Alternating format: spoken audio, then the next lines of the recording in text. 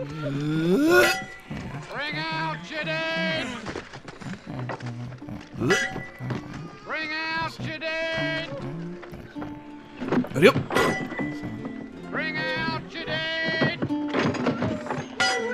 Bring out your dead!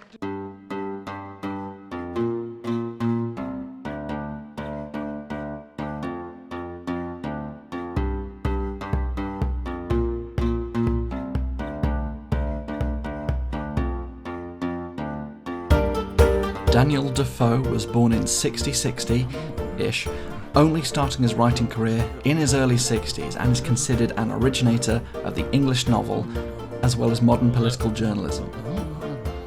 This absolute mad lad was the son of a butcher, went on to be a spy, a failed hosierist, part of the Monmouth Rebellion, and even fought in the Battle of Sedgemoor, only to be later pardoned. Famous for authoring Robinson Crusoe, Moll Flanders, and A Journal of the Plague Year, he wrote anywhere between 250 and 550 pieces of work, mainly unattributed, including novels, non-fiction, journalism, and pamphlets. Yeah, pamphlets were short pieces of lowbrow content for the masses, because they didn't have YouTube yet, I guess. As if that weren't bad enough, he was even publicly humiliated in the stocks about 3 times, only to write a poem about it and become the first person in history to improve his reputation after a mass public shaming. Until Dan Harmon, of course. Do you understand what it's like to be a genius? If having rotten veg and feces thrown at him wasn't the worst of it, highbrow contemporary Jonathan Swift was quoted as saying of him, "He's an illiterate fellow whose name I forget." And the sniffy critiques don't stop there. Novelist Julian McLaren Ross wrote of Defoe in the 1950s, "Crusoe was looked down upon by the literature of the time. Its appeal was primarily supposed to be to kitchen maids and serving men. But the value of the book as literature is unquestionable, and the opinion of the public, which devoured it voraciously, has been triumphantly vindicated." Defoe has been vindicated again and again throughout history. Crusoe alone has influenced everything from Gulliver's Travels and Treasure Island in the following years to modern cinema like Castaway and The Martian. His compassion for the unsung everyman and his innate humanity make him, in my opinion at least, the George Orwell of his day, and his work stands as testament to that. His heroes are slaves, shipwrecks, thieves, prostitutes, and con women. And in 1722, he'd tell the untold stories of an entire city.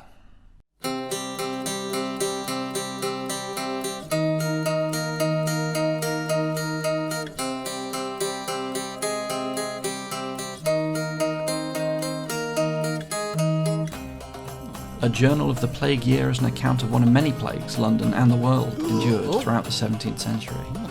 The book that describes the Thames loaded with ships serving as makeshift homes, quarantining the rich. Nurses soaking their clothes in vinegar nightly to kill the infection they battled in the day.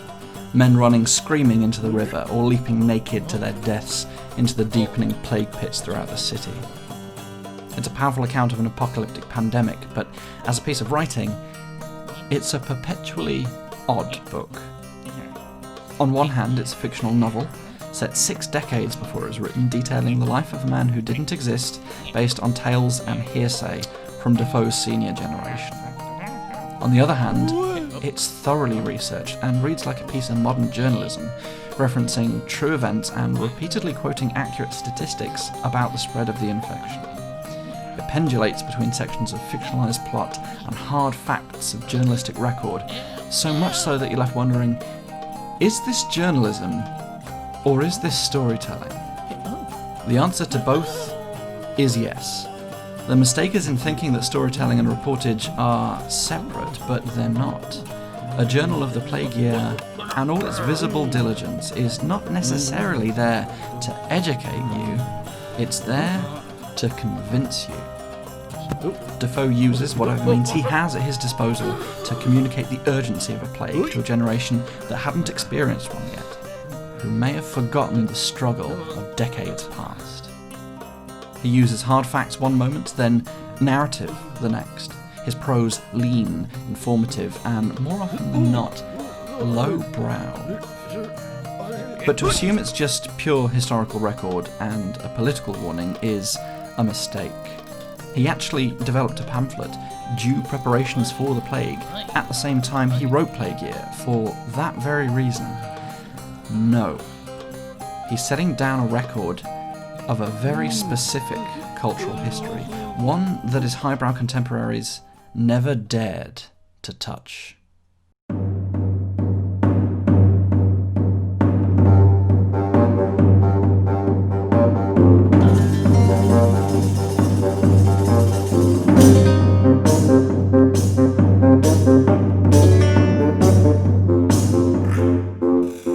Samuel Pepys was a Member of Parliament, Chief Secretary to the Admiralty, despite having no naval experience, and 6th President of the Royal Society.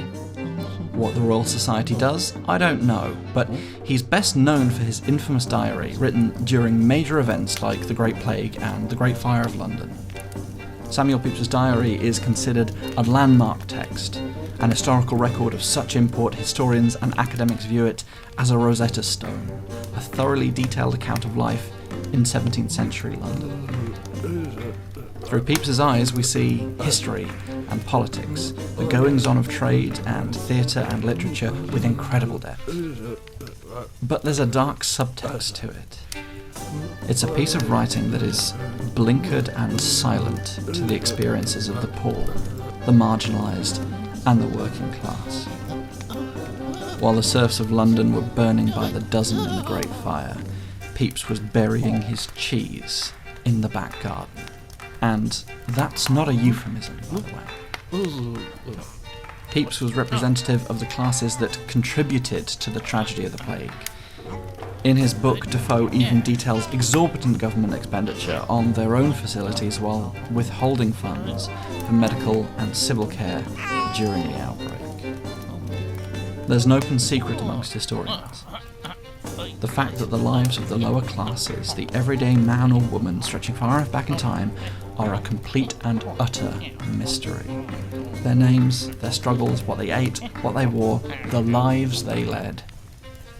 That was one of the things we were thinking about when we first started to develop it, that we did a bit of research into costumes of what the rank and file might wear. There's a couple of diaries of people from the period, but most record of these people are completely lost, and there's no record of it. It's all just guesswork because no one cared. Daniel Defoe was derided in his day for writing in a common, lowbrow way, but to say he's playing to the cheap seats is not untrue. Defoe is writing about the working class, to the working class in the language of the working class. The kitchen maids and serving men never had their stories told by Pepys, or any other greats of the day, and without Defoe, we'd never have known what their experience of the plague had been. We'd know of it, we just wouldn't know how it felt, and a journal of the plague year gives that to us with alarming lucidity. The gossipy tabloid tone that Defoe was derided for writing in is, I think, his defining virtue. He wrote for the marginalised to keep their stories alive, and ultimately, isn't that what storytelling is all about?